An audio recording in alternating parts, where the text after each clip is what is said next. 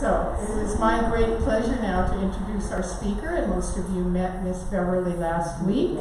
She comes to us from the New Vision Center in Phoenix. She's a licensed practitioner, and she has a background that would knock your socks off, and I'm sure she's going to share some of her stories with us today. So please help me welcome Beverley Strutt.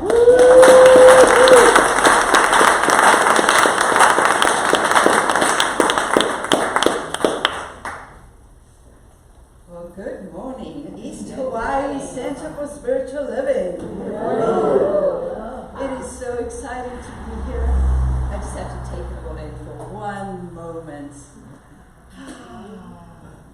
Well, thank you, Kathy. As she said, my name is Beverley Strutt. I'm a licensed practitioner. I'm also a ministerial student in my final throes. Very exciting.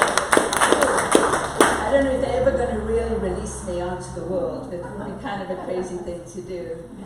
And so anyway, as you might have known by my weird accent, I was born and raised in South Africa and had the fortune to travel quite extensively, going through Europe, finally landing up in the United States, in Phoenix. And you might go, well, then how did you get here today? Well, you all know a wonderful gentleman by the name of Reverend Mark Johnson. Yeah. Am I close enough? All right, thank you. Now they can't see my face. Just kidding.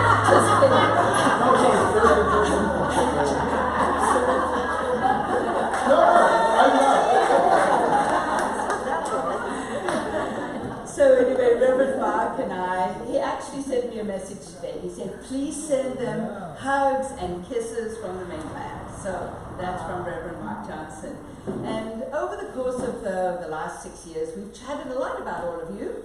And yes, he's told me all the great stories. Yeah, he paid me well to keep quiet.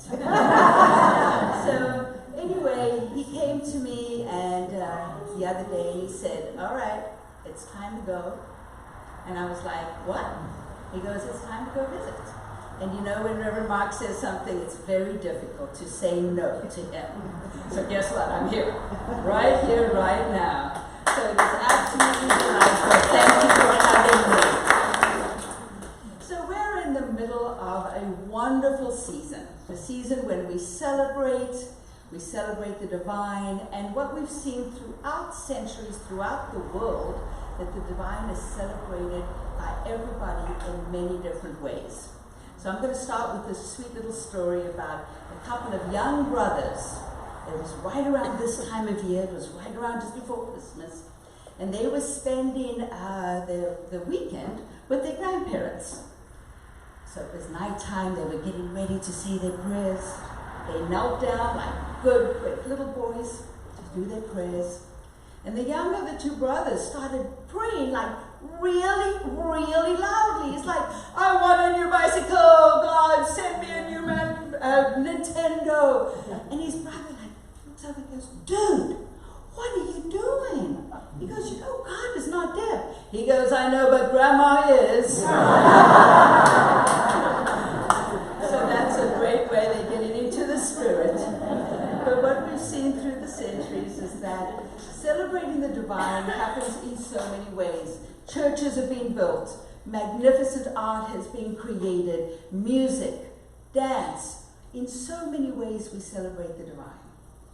Through rituals.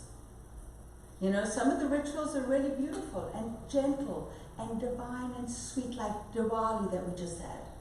And then we have some other rituals that were really a little bit more aggressive, a little violent, maybe not so quite life-affirming, but nonetheless, it was all about celebrating the divine.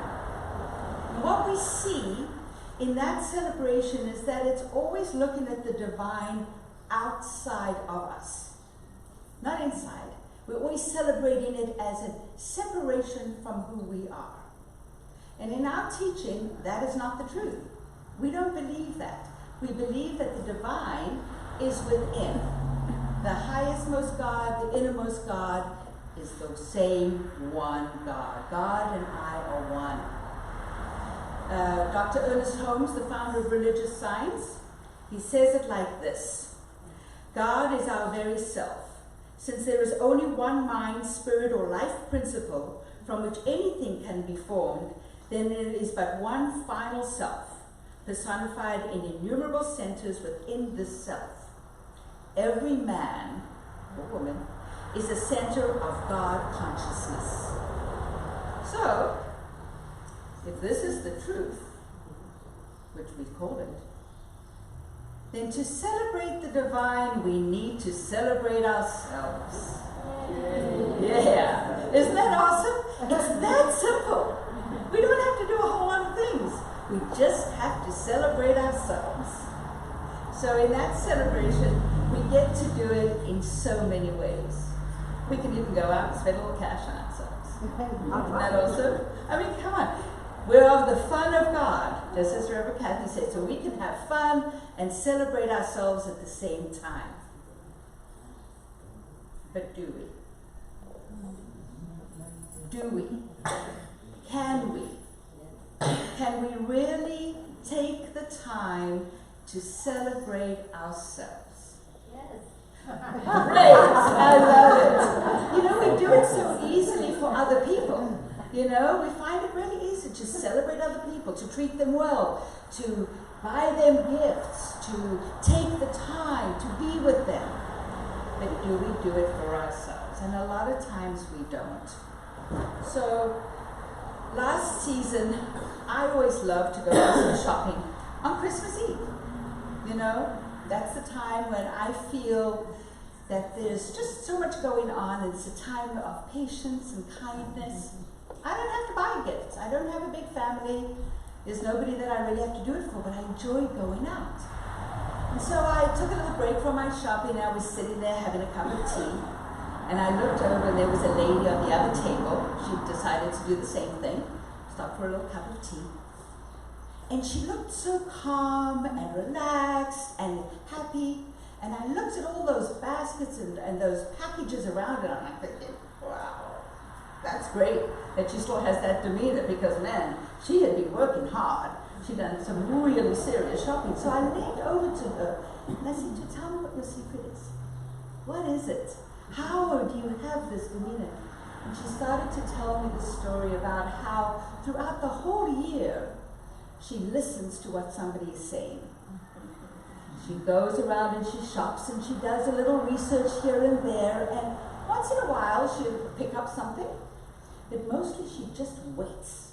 She waits until the Christmas time and the decorations out, the spirit is up, and then she goes out shopping. And more as she was telling me about her experience of buying the perfect gift, taking it home, wrapping it with extra love and care and attention, the smile on her face just got bigger and bigger and bigger. I thought it was just going to burst right open. And it was there that I saw in her how magnificent the time is and how wonderful it is that we share this with other people. And that evening when I got home, it got me to thinking, do we do this for ourselves? And for a lot of people, we don't. We invest the time in others. We truly do that. And we do it really, really well. But why don't we do it for ourselves? So today, what I'd like to do is I'd like to speak a little bit about how we can pamper ourselves. What are the gifts that we give to ourselves? Because don't forget, as we do that, we're celebrating the divine. That is what we're doing. We're having fun with God. So, one of my favorite things that I would like to see in my stocking is a spa day. Yeah, nice massage, a little jacuzzi, a little facial, and maybe a little jewelry. But what do you think is on the Christmas list of our soul? So I have a couple of gifts here that I think we might find on the Christmas list that our soul would like to see in its stocking. So we begin with our first gift, which is accepting that spirit is real. That spirit is very, very real. It is alive. It is expressing as you. It is the essence of who you are. It activates the blood that flows through your veins. It is the absolute beat of your heart. It is your eternal wisdom, and it is the authentic you. So what I invite you to do is give you the first gift. Give yourself the gift of knowing this truth without even the slightest shadow of a doubt that spirit truly is real. So we move to the second gift. Believe in the power of your creative thought. You know, we teach, change your thinking, change your life. So that power of the creative thought. You know, we always understand that the physical laws of nature respond in a predictable manner. So too will the thoughts, your own thoughts, produce according to their nature. So when you find yourself in a situation, give yourself that gift of a brand new thought. All right, and gift number 3, know that you are enough, that you are worthwhile, that you are worthy. Anybody got any issues with that, or is it just me? Anybody? Yes. You are worthwhile. You are a gift to this world exactly as you are. You need to be no different from what you are. There's nothing missing. There's nothing. It's all right here.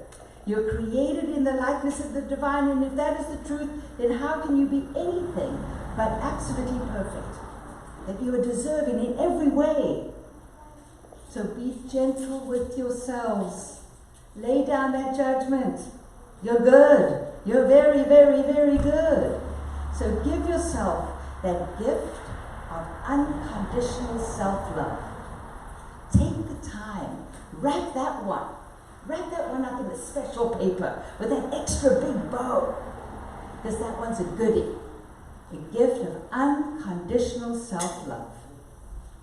And my 4th gift is accepting the love of the divine. Wide open. We can accept that love. The love that you are seeking is seeking you. The divine has been courting you ever since you were born. All you have to do is look around, and everything here is being created for your joy, for your experience, just for you. As you see it, nobody else sees it that way. This is it. It is the gift for you. This is the love of the divine sharing it with you. Dr. Holmes says this, but we are born to be happy, to be abundantly supplied with every good thing, to have fun in living, to consciously unite with the divine power that is around us and within us, and to grow and expand forever. So give yourself that gift of a relationship with the divine. Not just a hi, how ya, what's going on, want to have tea sometime. No. Give yourself the gift of a deep, deep, deep relationship with the divine. Now we're coming up to gift number 5. This is one of my favorites. Give yourself the gift of awe, of wonderment.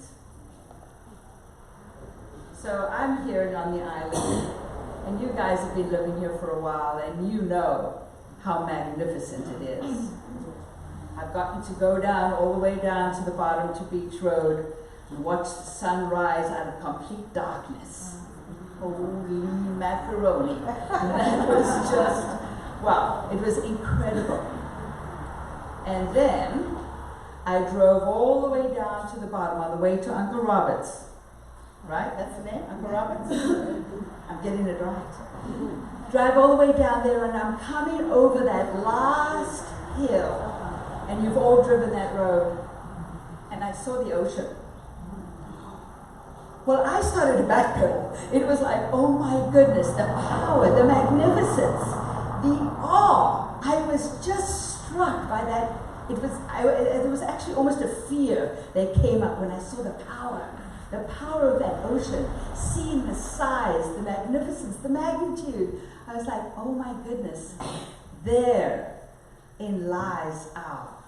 We get to have the awe. And that is a big one.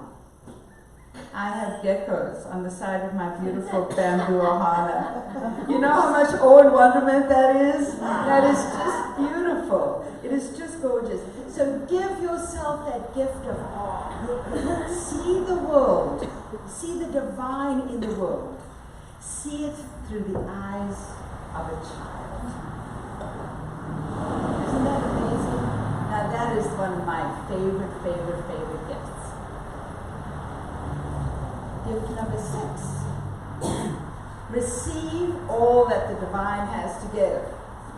So we've got the love going on, we have the awe going on, and then all the gifts. Open your heart, open your mind, just allow it to flow in.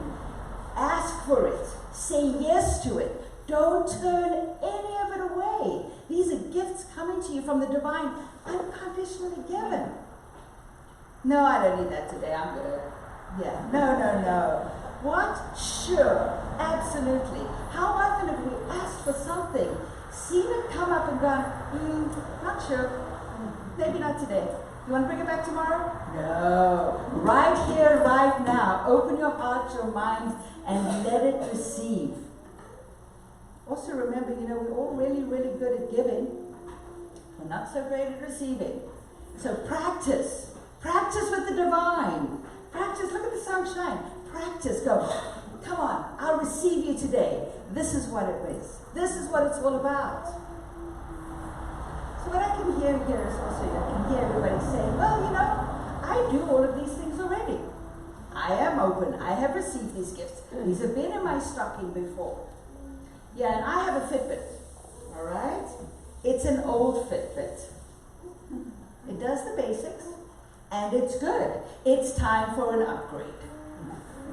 And we will do that. We will do that with our stuff. We will get the new stuff. We will upgrade it. We will get the new version. We will get it. Yeah? Sometimes we won't. Sometimes, no. I'll hold on to that. I've seen somebody with a flip phone.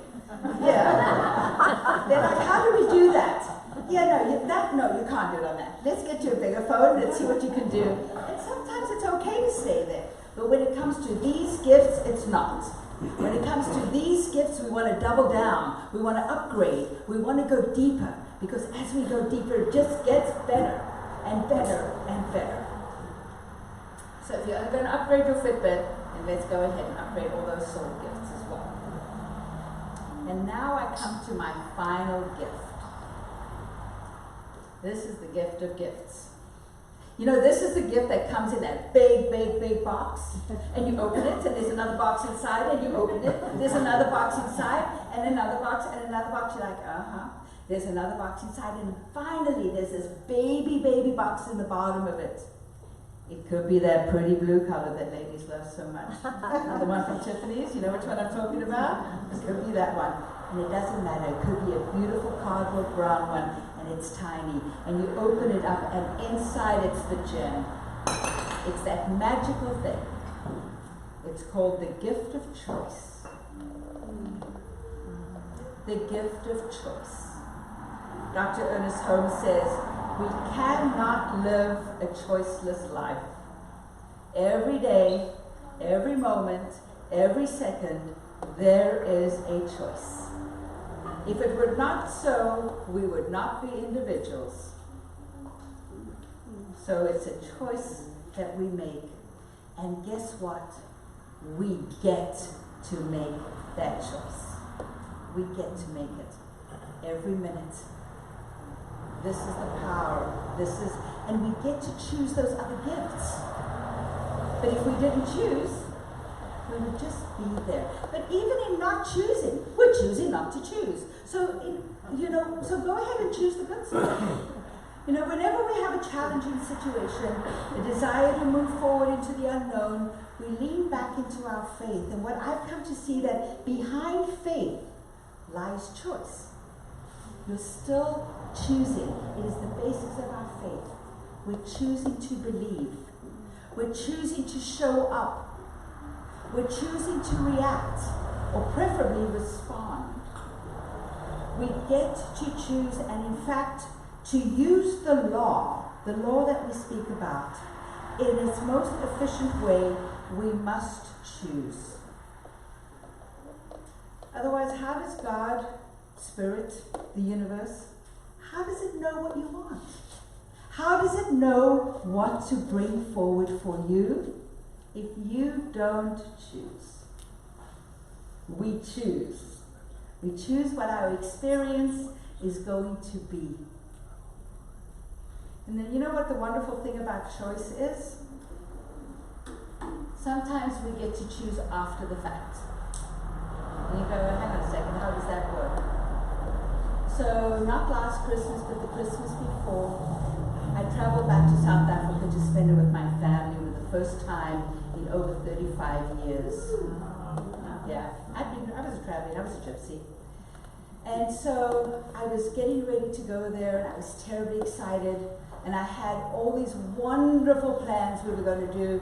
I was going to get my dad up, and we were going to go over to one family's house on Christmas Eve, stay over, be there in the morning to see the children, the grandchildren open their gifts, and then go over to the step family home, spend Christmas with them. When I got there, and that was never going to happen. My dad's condition into Alzheimer's had declined dramatically. It also became extremely challenging. I became just a daughter. It was difficult to stay as a practitioner. I was grateful for the tools, and they served me well, but I just turned into a daughter. And a daughter who didn't really know how to handle all of this. I wanted to celebrate and run wild with him, to do the Christmas stuff. And I was encountered by a man that was pretty unstable, angry, irrational from time to time. And I also turned into a person that I didn't really care for very much. So when it was all said and done, and I came home, I was left with a sense of, I wish I could have done it differently. But it was done. But what I did have in my back pocket was choice. I could choose how I wanted to see this experience. I could choose if I wanted to reframe it. I could choose where I wanted to put my love and concentration, and I could choose to forgive both of us. To go to that place of understanding, without blame, without shame. I could choose to have a story that I wanted to move forward with, and not lay judgment in for the rest of my life. And I'm really happy that I did that work. My dad died 5 months later. So, I could stand here today and be very sad for myself for remembering an experience that was so profound and rue it for the rest of my life, or I could choose to do that story a different way, to have a different experience.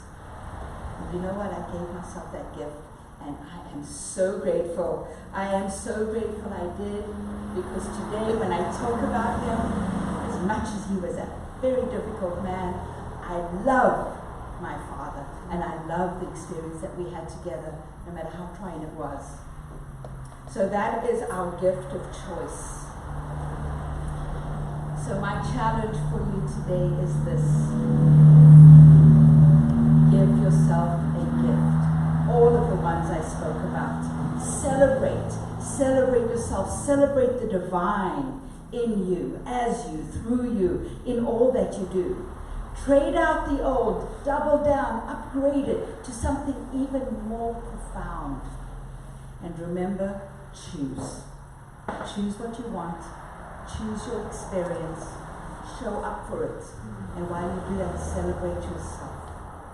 So I'm going to leave you with a message from Reverend Jane Beach. You might know her from Facebook. She's wonderful. If you don't, sign up for her. She's magical. She says this: this year know that the joy of Christmas spirit is who you are. You shine God's light in a way that is true for you alone. Let your light shine. Allow the comfort of the Christ idea to find an abiding place in your consciousness, reminding you that you are never alone, that love lives through you. You are Spirit's beloved one. And so it is. So it is.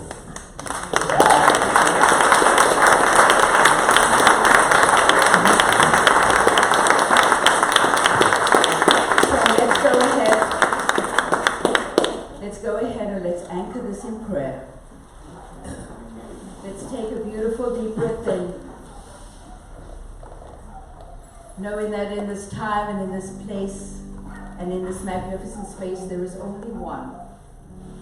One power, one source, one universal creative mind, one spirit that I call God, knowing that God is all there is, all that is seen, all that is unseen, omnipotent, omnipresent, ever creating, supplying, supporting, sustaining, and maintaining every single expression of itself. And I am one with that, and we are all one with that expression.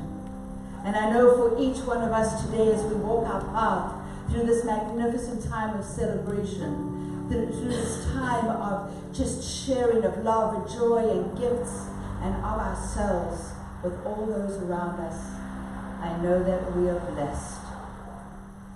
So I know for all of us that this is a time of deepening into spirit, deepening into the love that we have for each other, the love that we have for this land, and the love that we have for the divine. And I call this good. And for this I am so grateful. So I just release this prayer into the universal Lord, knowing that it is done, knowing that Spirit is in. Yes, my beloveds, yes. You have set your intentions, you've expressed your desires, and it is done. And together we say, and so it